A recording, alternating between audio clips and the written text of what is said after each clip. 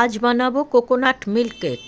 দুটো ডিম, 2 কাপ ময়দা, 2 কাপ চিনি, হাফ চামচ বেকিং পাউডার, দুধে গুলে রাখা Kesar, half cup coconut milk, half cup melted butter, half cup cream.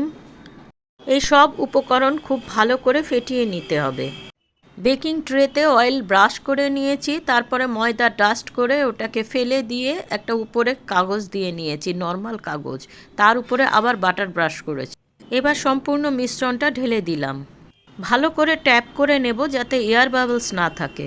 এবার কড়াইতে আগের থেকে আমি জল গরম করে একটা স্ট্যান্ড দিয়ে রেখেছিলাম। এবার ঢেকে দিলাম 40 মিনিটের জন্য। রেডি হয়ে গেল কোকোনাট মিল্ক কেক। এই কেকটা খুব নরম, তুলতুলে এবং সফট হয়, কারণ হার্ড হলে এটা খেতে ভালো লাগবে না। সামনেই 25শে ডিসেম্বর, বেশি উপকরণও লাগে না, বানিয়ে ফেলুন এই নরম তুলতুলে মিল্ক কেক। আমার ঘরে এটা টেস্ট করতে করতেই শেষ হয়ে গেছে। দেখুন আপনাদেরও তাই হবে। যদি রেসিপিটা ভালো লাগে একটু লাইক শেয়ার করে দেবেন।